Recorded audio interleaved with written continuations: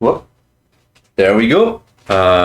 Guess it should be good. Let me just decrease a little bit the volume in my headphones so my headphones don't make my ears explode. Should be fine. So hello and welcome again to Slam.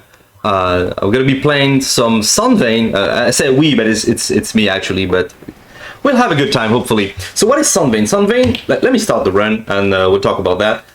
So Sanvein is like some sort of arena shooter from Success. You may know like from Cybarrier, Cotton, these kind of things. Just let me take a look at the settings, difficulty, start time, extent. Time? What the hell? Yeah, we'll get into that. So first, what I'm doing is I'm picking my primary weapon. There's like a spread shot, there's like a forward shot, and there's this sniper shot, technical shot. Kind of hard to use, but I'm gonna go with that. It's good for score if you know how to use it. Now, secondary weapon, Gluon. This is the missiles. Photon, that's the beam sword. I'm gonna get the beam sword, of course. But let's present the other one. It's like a mine, graviton parts. So you start to run, you pick out your loadout between three primary weapons. You also choose the route, inner wards, stratums, or outer wards. I'm gonna go with inner wards. This is like the default route. It's also the highest scoring route. That's basically the setup for this run. You see 5 stages. We're gonna go through these 5 stages in this specific order. So the goal is to escape from Saint Shoots. What is Saint Shoots? Good question. Because the story of the game is a bit complicated. But what's more complicated is like the setup of the game as well. Like look at that. Is it like a traditional shmup? Not really. It's like an arena shmup. So the goal is to defeat all these little enemies on the floors. Like what are those? It's like, imagine WarioWare. Remember WarioWare? Or maybe the level bonus stages. Micro stages where you just clear the stage in like 2 seconds. Yeah, that's what the game is about. So you have to clear all the floors. Or to be more accurate, you have to clear every boss floor. You see there's a map here. The stage is a map. And if you want to beat that stage, you need to clear all the boss floors, but in order to access a floor, you need to first invade at least one adjacent floor. So what's gonna happen is basically, I go through the stages, defeat the enemies in each of the floors, try to surround the boss. We'll come to that later, but like, why am I surrounding? Why not immediately going to the boss? We'll see that. So once all the bosses will be beaten, and I will move on to the next stage. Well, it's gonna be a stage boss, but I'm gonna move on then to the next boss. Now, as you may have seen, there's also a remain of time. What is this remain of time on the bottom right? Well, it's actually your life. See, this game does not have traditional lives. It has a timer system. Because you can see here, if I beat all the enemies in the floor, I move on to the next floor. So that implies that I need to be fast enough because the timer is also my life and the timer keeps ticking down. And if it reaches 0, it is game over. And my goal is to beat the game, not get a game over, of course, but also be as fast as possible because being fast is good for survival, but it's also good for score. Because speaking of score, like the most observant people here will have noticed that, hey, how come when you beat some regular floors like this one, the score in the top right doesn't change? I'm beating enemies, see, nothing happens. It's still 5,394.6. Well, that's because the score is only increased when you beat a boss floor. Those giant hexagons with like the red boss written on it. So you're like, oh, then just go to the boss and beat it as soon as possible. Like, don't waste your time around, right? Yes, but at the same time, there's a power system. Oh, power? Yes, that's on the bottom left. See, attack power? It's 6. Why? Because the power level you have, it can go from basically 1 to 6, and it depends on how many adjacent floor you have already cleared. And see here, that was the stage boss. It just annihilated him with the graviton shot, and then my photon, the beam sword. And the reason for that is because I have 6 power. And if you want to beat a boss in a very fast time, it's usually better to clear as many floors as possible around him. Oh yeah, see, power level 0. Actually, I was wrong about like power level like 1 being the minimum. But usually power level 0 is only the first floor you defeat in any stage. Let me use the sword here and destroy the enemy. Right.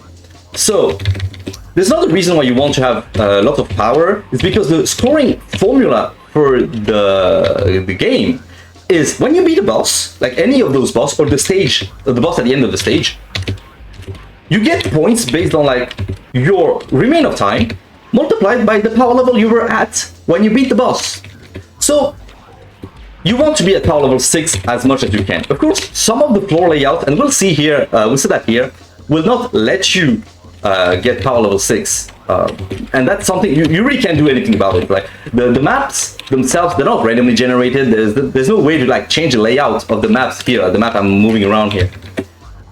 But the order in which you tackle the stages, you can kind of change that, right? And basically what I'm going to be doing is surrounding all the hexagons around the boss and then insta destroy the boss. Like just a few shots here and it's dead. Also, what tools am I using to destroy these bosses? Well, you've seen me using a shot like this primary shot, like it's this kind of sniper shot. Kind of think about I guess the cluster missile in Blue Revolver. Maybe it's a little bit like that. Not exactly, but I guess kind of the same spirit. So you have to know how to aim to get high damage. There's also a secondary weapon. You can see a gauge above my little tank. It has like special weapon, and it increases from 0 to 100%. So that means that my beam sword, like my trusty beam sword, like you put a sword in the game, I'm gonna play the game, you know, unless it's like really, really bad, you know. But yeah, I need to wait until that gauge is fully charged to actually be able to use that beam sword. But it's a very good and powerful weapon. It also can deflect some bullets. So for now, I'm pretty aggressive, and not all the enemies will immediately attack you. But these ones, see, they're doing some area of effect attack on the floor. I can kind of deflect that with the sword. The sword can be helpful for damage and protection. But usually, because I destroy those micro stages so fast, I usually don't need to use the sword that much. Also, you may have noticed that the floors have levels, like floor level 1 and now floor level 2. What does that mean? Well, there's different sets of enemies for every stage, and they all depend on the number of the floor. Like it's a floor level 1 on the second stage, you know it's gonna be like a specific type of enemy, and every other floor that is also level 1 in that stage will have the same kind of enemies. So there's lots of enemy reuse. But it also means that if you're... oh, this boss is a bit tricky because I only have power level 3. So I gotta like weaken it. See, it takes longer because I have power level 3. I'm gonna use the sword here, probably kill it, but I pushed it around. Gotta be careful not to take a hit. Alright. Yeah, why don't I want to take a hit? Because if I take a hit, I lose 90 seconds on the remain of time. And that is bad for survival, of course. It's also bad for bad for survival and for score, yeah, because score is time. And the earlier you take a hit, the worse the penalty. It's not hard-coded, it's not like Ikeda coded this game or anything, it's like base success, you know? No, it's just the way the scoring works, and the multiplier, and just like point bonus you get for each boss. Because it depends on your remain of time, and because if you play well, you get the higher and higher remain of time. So if you don't get too many, like if you don't get hit and you're fast, you speedrun the stages. Oh yeah, I skipped the floor there on the bottom right because it wasn't necessary. I could skip it. That was the only floor we're gonna skip. But yeah, what happens is the earlier you take a hit, the worse the penalty, because that penalty is gonna lower the bonus you get for every other subsequent bonus because you lost those 90 seconds. So that boss here was a bit gimmicky. I waited until I had my sword and I slashed like all of them at once. Because if you take them out like one by one and you take too long, they're gonna regenerate, they're gonna respawn. And that is really bad. But because I have power level 6, it's not so bad, but you gotta keep that in mind. Alright, so now we're on the third stage. It's where you start like, oh my god. Yeah, like, if you're not following the rhythm, especially with this weapon, because I'm using the graviton shot, which is a weapon. It's not what I used at first to clear the game. I used the gluon shot, which is a spread shot. I think my ship moves a bit slower, but it has more coverage, just less power though. But this one is like high damage, high precision required. Oh, this floor is a bit tricky because there's tons of enemies. Shooting at me. All right, I've got the sword. There's another enemy here. Don't bounce, don't bounce. Okay. I guess it's okay to take a little bit more time for safety, like as long as you don't get hit. But yeah, here, for example, this pattern. Oh boy, why am I doing worse than in practice? Like, if you do it really well, you can in one cycle destroy all the enemies. It's like no big deal, you know, and it feels very satisfying. But if you're like off route, it can go wrong, especially with this weapon. So boss here in this floor is gonna be mostly power level 5, and I needed to get to that center floor because that center floor is connected to all the boss floor, right? Like this one here. So I needed to take that out like as fast as possible. All right, yeah, that was pretty good here. This in terms of speed, floor level 3. All right, so another thing you probably have noticed is the visuals, the style. Of course, the game super stylish. It's kind of minimalistic, you know, like all this like special effects and stuff. But the backgrounds are like kind of simplistic, and the arena is always gonna be this hexagonal arena, right? But it's super cool looking. It's super cool looking, and the music. Oh man, the aim and breaks. If you love aim and breaks, this game has aim and breaks in spades. Like it's just the transition from one floor to another, so good. And all the music tracks for the mini floors. It's kind of funny because the floors go by so fast that it almost feels worrying when you listen to too much of the music. Like, uh-oh, I'm not usually supposed to hear that part of the music. It's kind of crazy. But so far so good. This floor, yeah, used to give me trouble, especially the center one. I always took a hit there, but I'm doing not too bad there. Not so sure about the score and the time, if it's optimal or not. But better not take a hit and then play it safe. And there's just the 2 boss floors left on this stage. Yeah, so this game is also like, it's on PS1. I probably didn't mention that, but it's on the PS1. It was actually like very likely designed first as an arcade game, but didn't work out, and Success rebranded it as a PS1 budget game. I can find it like the Super Light 1500 something like brand of like budget games. It's budget, but it's like better than most AAA games anyway. So you know, doesn't mean much. Budget or whatever. There's some sort of attract mode in the game. This boss is like little bro and big bro. And the thing is, if you attack one of the bros, the other bro is gonna attack you. So what I'm doing is I'm attacking big bro because it's bigger, and the little bro attack is easier to dodge, I guess, because it hits your position, but it's only an area of effect. So as long as you keep moving, it's gonna be fine. But the big bro, we're now dead. It's bros. They shoot like aimed bullets. It's a bit trickier. But yeah, there's also an attract mode in the game if you leave it on, like in the title screen and stuff, and it uses some arcade button stuff. So it's like, kind of looks like an arcade game attract mode and tutorial for how to play. Also, I remember coming across an old blog post. I'll probably post it like maybe later on.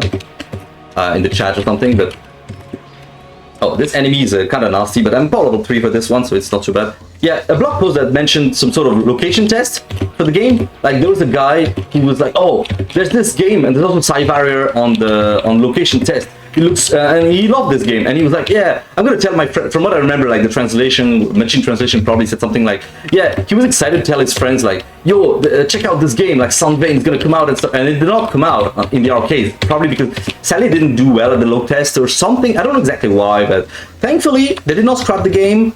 We can still play it. It's there. It's great. It's great. It's not the first tank-based shmup that Success did. Like they did Guardian Force, I think a bit earlier, because this one is like 2000. I don't remember exactly when it's Guardian Force, but Guardian Force probably like earlier.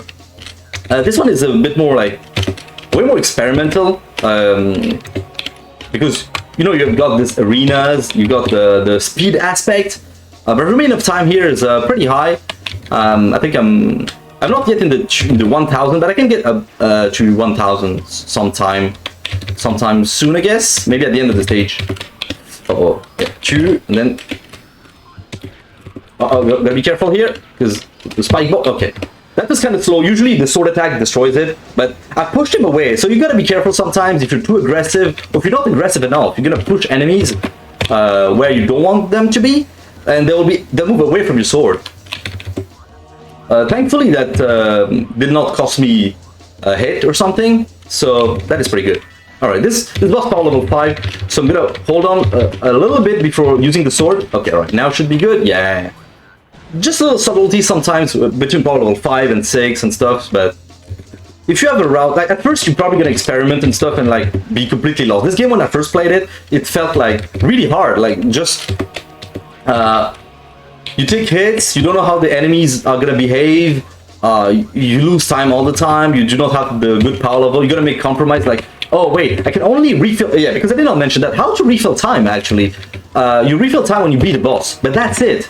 You only refill time when you beat a boss. So, at first you're like, oh, you're bleeding time everywhere, you're taking hits, and then you fight a boss, but you don't have enough power levels, and then the boss kills you or something. It's just weird. But you learn the floors, and because, see, like for example, these floor level 2s, like I'm sniping the enemies in the same way because they spawn in the same way. It kind of feels like, you know, Evangelion, when in the early episodes, Shinji was like practicing for, maybe not for Shmup Slam, but he was practicing for something, right? And he was like, yeah, wait until the targets align, shoot. Wait until the targets align, shoot. And he looked so dead inside. Here, it's like the opposite version of that. It's like you do the same thing, like you wait until you have your setup and stuff. Oh, about 1,000 time remaining of time. That's cool.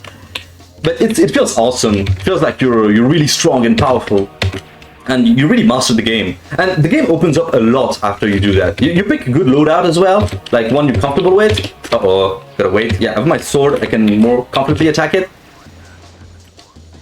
And yeah, once you do that, honestly, the game is a lot more approachable. I didn't play it like back then in the 2000 or anything. I didn't know about the game anyways. I didn't know about shmups, but I played that seriously relatively recently, and because the first time I played it was like maybe say 6-7 years ago, something like that. Like I gave it a few tries and it seemed cool, but I couldn't really get far into it. And now I played it seriously and I was like, yeah, okay, all right. And I went there for survival first, but also for score afterwards. And scoring is very interesting because you gotta play fast, you gotta kill the enemies very quickly, and you gotta make sure not to take hits. But it's not like in a hard-coded punishing way. It's like you don't want to take hits, okay, but it's like you still want to be using your special weapons. You still want to be like engaging with the game mechanics and stuff. It's a very active kind of play. And yeah, it's great. It's great to play this way. In terms of content, there's also like the alternate routes I mentioned earlier. There's 3 routes. So what the routes do is they change the order of the first 3 stages. So stage 4, stage 5, like here I'm in stage 4, which is the longest stage in the game. Pretty cool stage. Mine, it's called. It's a pretty cool stage, but stage 4 is gonna be the same every time. Stage 5 as well. But depending on the route you pick, stages 1, 2, and 3 will be different. The order will change, but it's not just that, because I guess that maybe kind of like in Psycho games or Esprit, there's some changes. Depending on the routes, the stages 1, 2, and 3 will also have different floor layouts. And some floor layouts are also harder because you don't get power level 6. So sometimes it's very tricky. Alright, now we're fighting the boss, Kugelfang Buffelschaber. Oh yeah, there's lots of amazing German in the game. Just adds to the style. Probably making actual German cringe. Oh, and I took a hit. The boss had like 2% HP. Damn. Alright, so this boss has like 2 attacks. One where you have to keep moving, and one where you mustn't move. And sadly, I didn't manage to kill it after the sword attack, because usually I just ram it with the sword and I destroy it. But Kugelfang Buffelschaber this time, yeah, I'll give you 90 seconds. And now the core, the final stage. What is this? Oh, it's a boss rush? Oh no, not the boss rush. Everyone hates boss rushes, and they should. But this one, thankfully, because success is based, you know, it's really good. It goes by fast. And remember what we said about the scoring and how bosses give you time back? They give you a point bonus? It actually makes these floors pretty interesting, because you can actually recover if you're low on time. And if you're playing for score, you're gonna get a lot of points too here. Like, I'm at 83 1,000 for now. Like the multiplier is only going to be 1, so it's not going to be huge, but it's still going to be great, especially afterwards when we get into. Oh damn, another 90-second hit. Yeah, another reason why you don't want to get hit is because it resets the cooldown for the special weapon. So if you feel like you're gonna get hit, use your special weapons. Use your special weapons, especially the sword. Oh damn, another hit. Yeah, this rematch can go a bit wrong sometimes. Damn, but I mean, I took some hits, but it's later on in the game, so it's not so bad. And it's not the boss fight I'm the most worried about, to be honest. Oh, the revenge of the bros, big bro. I'm still gonna attack the big bro. So the similar strat as earlier. It's just that it has more health, or maybe it has the same kind of health, but my power level is lower. Should be dead now? No, not yet. Come on, bro.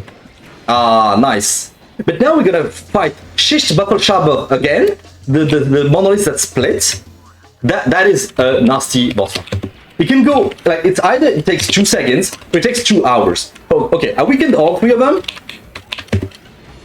Nice, nicely done. Like I killed them all, because if you don't do that, they're gonna split, they're gonna respawn, and when they respawn, they have way more health. So that's why it takes forever, and that is insane. But now we're on to the final boss, Zentrum, one of the cores.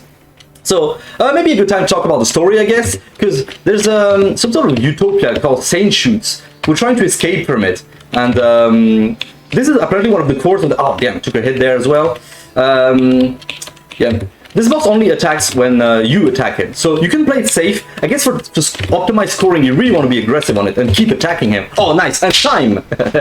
102,000 points, that's beyond the 100k goal, that is incredible. I'm really happy about that. It's not my PB, PB is 115, but 102 is like really good as well, at least for my skill level. I've seen the task that does 175 with a different loadout. I don't know how possible that is, but yeah, it's kind of crazy. But yeah, this was Sanvein, so PS1 Arena Shmup from Success. So here you can enjoy the credits, and some things I haven't mentioned. We have time now. I mentioned that you can play for score, you can play for, I guess, survival as well. You can also play for speed. The speedrun meta, I've seen like this speedrun page on the game. It's kind of different in terms of meta, because people are playing with like the easiest difficulty and they give themselves less time, which seems kind of counterintuitive.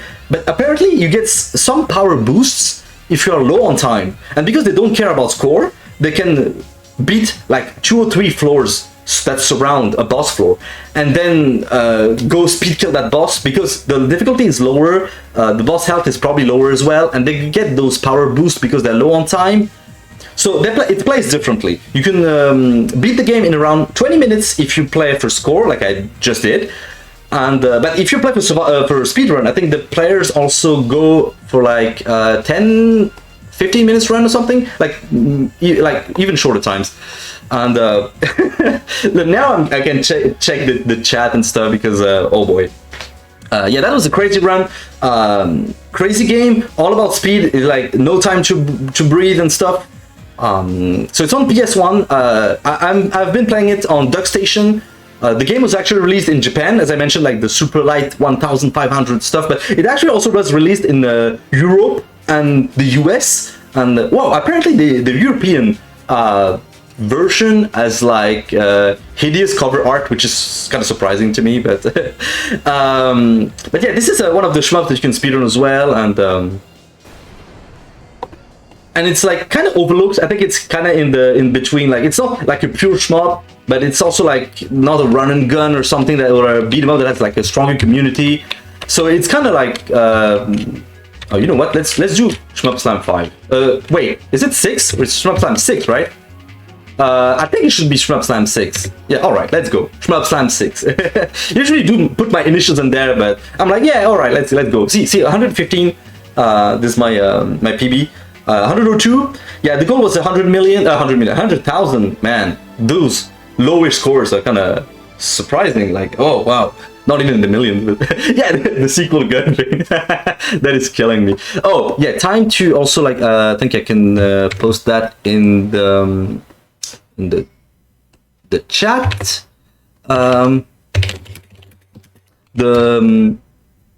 the YouTube chat bot does not block me or something. But there's the blog post I mentioned where there was some guy who made references to a lock test to the game. But yeah, Success, great developer, making some very unique shmups like Sanvein here, but also like Sci Warrior, Cotton. Like especially check out Cotton Rock and Roll. This game is amazing. And yeah, Sci Warrior 2 in collaboration with Skonek. Now I guess that's it for me now, because I've said all I had to say. The run is over. I'll see you probably like very likely. Actually, I will see you later because I'll be commentating Radiant Celesta's Red Energy run. But before that, we've got a lot of runs coming up soon. Next is Cosmo Dreamer. So yeah, see you guys and have fun at Shmup Slam.